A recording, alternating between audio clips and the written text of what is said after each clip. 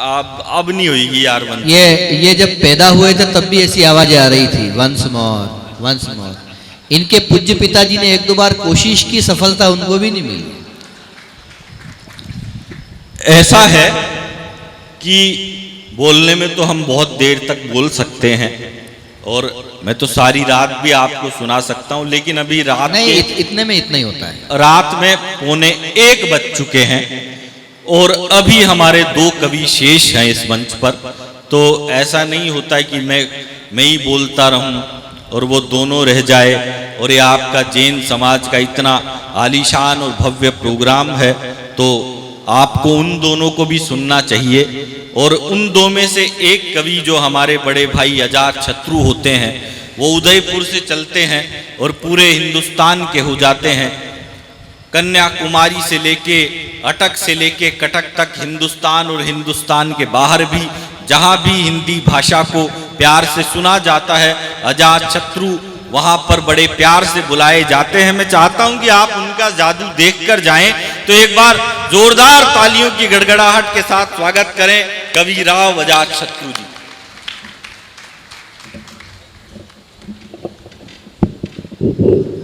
कुछ लोग मेरे सम्मान में उठ के जा रहे हैं, कमलेश जी भी जा रहे हैं। जरा एक बार जरा तालियां बजा के बता दीजिए आप सुनने के मूड में हैं। मुझे इतनी तालियों की उम्मीद नहीं थी, पहली बार, या तो मेरे जैसा बहरा आदमी भी इतनी तालियां सुन रहा है, बड़ी बात यह है। देखिए, मैं आपको ज़्यादा ज्ञान की बात नहीं करूंगा, ज्ञान की हालत बहुत खराब हो गई है। एक आदमी ज्ञान बांट रहा था, बोले लोहा लोहे को काटता है, हीरा हीरे को काटता है। इतने में उस आदमी को पीछे से कुत्ते ने काट लिया। भीड़ में से आवाज आई, कुत्ता कुत्ते को काटता है। जो जा रहे हैं वो रुक जाइए, कुछ देर के लिए हम गुरुजी को सुनेंगे। मैं तो 2 मिनट के लिए अपनी बात कर रहा हूं। एक सलाह आपको देके जाना चाहता हूं। ये कवि सम्मेलन सस्ते में हो गया, इसलिए आप बहुत भाग्यशाली हो। इस बजट में ये कवि सम्मेलन संभव नहीं था। सुरेश अलबेला को बुला लेना, मनोज गुर्जर को बुला लेना, हमारे प्यारे भाइयों को बुला लेना, ये संभव नहीं था। लेकिन गुरुदेव की कृपा हो गई, भाई ने कह दिया। एक सलाह दे के जा रहा हूं, जिंदगी में कभी किसी को सलाह मत देना। मैंने एक आदमी को सलाह दी, मैंने कहा कुछ खाया कर, वो मेरे 10 लाख रुपए खा गया। हाँ, सलाह किसी को मत देना। लेकिन मैं बड़ा आईक्यू लेवल का आदमी। एक शमशान घाट पे लिखा हुआ था मृत्यु अटल है। एक कांग्रेसी वहां पहुंच गया, बोले अच्छा यहाँ भी बीजेपी। उसने नीचे लिख दिया मृत्यु न अटल है न आडवाणी है, हमारी मृत्यु तो राहुल गांधी है। तो मैंने एक ऐसी कविता लिख दी, इसमें मैं नाम नहीं लेता हूं, आप समझ जाओ तो मुझे समझा देना। मैं 2 मिनट के लिए रुकूंगा, फिर हम गुरुजी को सुनेंगे। मामला थोड़ा सा आज कवि सम्मेलन का अच्छे चलते हुए नीचे आया, फिर ऊपर गया, फिर संभाली भाई ने। और सबसे कठिन समय में मनोज गुर्जर ने कविता पाठ किया, वो पता नहीं कहाँ हैं। इस लड़के ने बहुत अच्छा कविता पाठ किया। इस बच्चे के लिए अतुल आगम अतुल के लिए एक बार जोरदार तालियां बजाई। ये वो आपका पावन ये धरती है। मैंने सुना था इस धरती के लिए कि यहाँ की होली बड़ी प्रसिद्ध है, यहाँ पे अंगारों पे होली खेली जाती है। ये पूरी दुनिया में अगर जानी जाती है कोकापुर, तो कोकापुर उस बात के लिए भी जाना जाता है। मुझे जरा महसूस करवाइए वो लोग कहाँ हैं। मैं उन कवियों में शामिल हूं मित्रों। मैंने देश की सरहदों पे, मेरा प्यारा भाई सुरेश अलबेला जानता है, मैंने कारगिल के मैदान में सैनिकों के सामने भी कविता पाठ किया है। भारतीय सैनिकों ने दुश्मन देश के सैनिकों के आत्मविश्वास को कमजोर करने के लिए कुछ बोर्ड लिखवा रखे हैं। एक बोर्ड पे लिखा हुआ था, ईश्वर हमारे दुश्मनों पर दया करे। मैंने कहा ये क्या लिख दिया, लेकिन नीचे लिखी पंक्ति मैंने पढ़ी, कोकापुर वालों में वहां अपनी तालियां नहीं रोक पाया, आप यहां अपनी तालियां नहीं रोक पाएंगे। उस बोर्ड पे लिखा हुआ था, ईश्वर हमारे दुश्मनों पर दया करे, क्योंकि हम तो करेंगे नहीं। दूसरा बोर्ड पढ़ने जा रहा हूं, आपकी तालियां थोड़ी डबल आनी चाहिए, आक्रोश को तालियों की शक्ल में तब्दील करना। दूसरे बोर्ड पे लिखा हुआ था, आतंकवादियों को माफ करना अल्लाह का काम है, लेकिन उनकी अल्लाह से मुलाकात करवाना भारतीय सेना का काम है। वाह वाह, बहुत बढ़िया, बहुत बढ़िया। और तीसरा बोर्ड पढ़ते हुए अतुल भाई मेरी आंखें नम हो गई। तीसरे बोर्ड पे लिखा हुआ था, हमें इस बात का बेहद अफसोस है कि अपने वतन को देने के लिए, अपने देश को देने के लिए हमारे पास सिर्फ एक जीवन है। जब तलक लाली लहू के एक भी कतरे में है, कौन कहता है वतन की आबरू खतरे में। तो मैंने एक ऐसी कविता लिख दी जिसमें मैं नाम नहीं लेता हूं, आपको बताना है कि मैं किसके बारे में कहने जा रहा हूं। पहला पहला प्रतीक आप तक पहुंचा रहा हूं कि दिल्ली थी हमारी, पंजाब है हमारा, अब धरने पे धरना लगा के मार डालूंगा। समझे? समझ जाओ तो ताली बजा के मुझे समझा देना कि आप समझ गए। दिल्ली थी हमारी, पंजाब है हमारा, अब धरने पे धरना लगा के मार डालूंगा।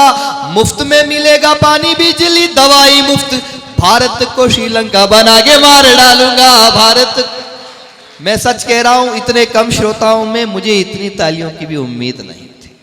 दूसरा किरदार सौंप रहा हूं कि संकट पड़ा यदि तो सलवार पहनूंगा। समझे? अगर नहीं भी समझो तो अपनी मुंडी ऐसे बना लो कि पड़ोसी को पता लग जाए आप समझ गए।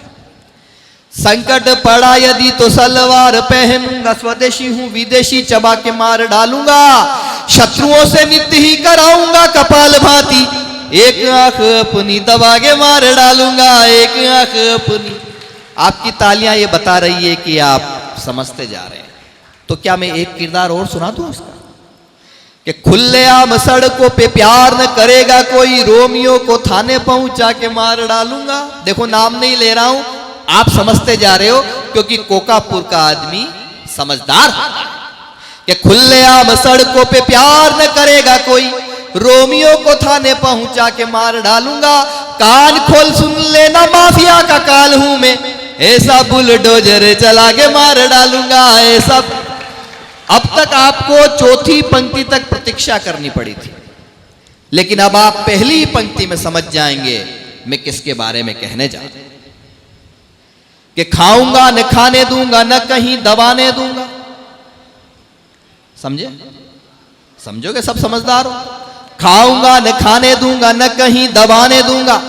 भाइयों व बहनों सुना के मार डालूंगा, भाइयों व बहनों सुना के मार डालूंगा।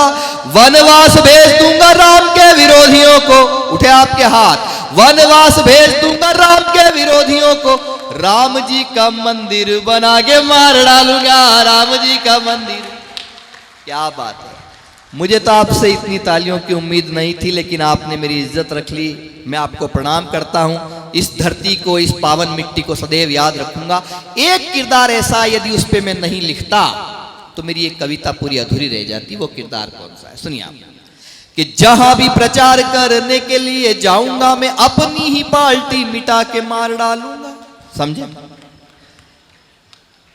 वही कुल देवता, जहां भी प्रचार करने के लिए जाऊंगा मैं, अपनी ही पार्टी मिटा के मार डालूंगा। खुद की तबाही पर चिंतन शिविर होगा, बैंकॉक में छुट्टियां मना के मार डालूंगा, बैंकॉक में। आप समझते जा रहे हैं क्योंकि आप सब समझदार हैं। कोकापुर के युवा समझदार हैं, माताएं बहनें समझदार हैं। जल्दी से पंक्तियां पढ़ रहा हूं, समझ जाए तो मुझे बता दीजिएगा। खाली यदि मुझसे कराओगे जो बंगला, तो बंगले की टोंटियां चुरा के मार डालूंगा। देखो आप कैसे बैठे हैं सब। गुरुजी को तो प्रणाम, गुरुजी का तो गीत हम सुनेंगे, लेकिन जब कवि सबके बारे में वाह वाह करता है, जब वो पढ़ रहा होता है तो पीछे के लोगों के पास में दिल नहीं होता है। मेरी जो उम्मीद है वो आप हैं। एक बार जरा तालियां बजा के मुझे बता दो। स्वागत है भाई साहब, स्वागत है। खाली यदि मुझसे कराओगे जो बंगला, तो बंगले की टोटियां चुरा के मार डालूंगा। आपकी सुनूंगा नहीं, बाप की सुनूंगा नहीं, साइकिल को पंचर करा के मार डालूंगा, साइकिल को पंचर करा के मार डालूंगा। हम राजस्थानी जीवन में 3 काम बड़े जानदार शानदार तरीके से करना जानते हैं। पहला वार, दूसरा प्यार और तीसरा व्यापार। वार जब करते हैं तो कारगिल की घाटियों में कैप्टन अजय आहूजा की तरह अपने जान की बाजी लगा देते हैं, पीठ नहीं दिखाते। प्यार जब करते हैं तो रेतीले धोरों की धरती में ढोला और मारू के गीत गूंज उठते हैं, मीरा के भजन गूंज उठते हैं। और व्यापार जब करते हैं तो लक्ष्मी मित्तल बन के पूरी दुनिया पे छा जाते हैं। हम करके देखें। क्या बात। आप जितनी खाली कुर्सियां हैं उनकी जिम्मेदारी भी आपके ऊपर है। सिर्फ 1-1.5 मिनट का छोटा सा गीत है। मंच का निवेदन था कि वो गीत जरूर सुनाना। मैं पिछले दिनों मुंबई गया, वहां से लाखों में वो गीत वायरल हुआ, लेकिन चूंकि मैं वागड़ की धरती पे हूं तो एक बंद ऐसा है जो मैं कहीं सुनाता नहीं हूं, यहाँ सुना के जाऊंगा। 1.5 मिनट का गीत है, फिर हम गुरुजी से इस कवि सम्मेलन का मस्तक पे चंदन का तिलक लगाएंगे। सुनिए आप। एक राजस्थान वाला भी सुना। बिल्कुल, वही राजस्थान में, अच्छा संचल हाँ। ऐसे लग रहे हो जैसे रिसेप्शन में बैठे हो जैसे। मतलब तुम पिछले कई देर से इसी क्षण की प्रतीक्षा में थे, कब अजात शत्रु। मैं सोच रहा था, मैंने कहा कब तक लाडे का बाप बैठा रहेगा। इन्वर्टर कितना ही पुराना क्यों नहीं हो, अगर बैटरी ढंग की लग जाती है तो करंट तो आ ही जाता है। तो ये अलग बात है, लेकिन ये हमारी छोटी बहन है, ये हमारा भाई है, ये WWF की कुश्ती है। जरा एक बार तालियां बजा के मुझे बता दो कि आप मुझे सुनना चाहते हैं।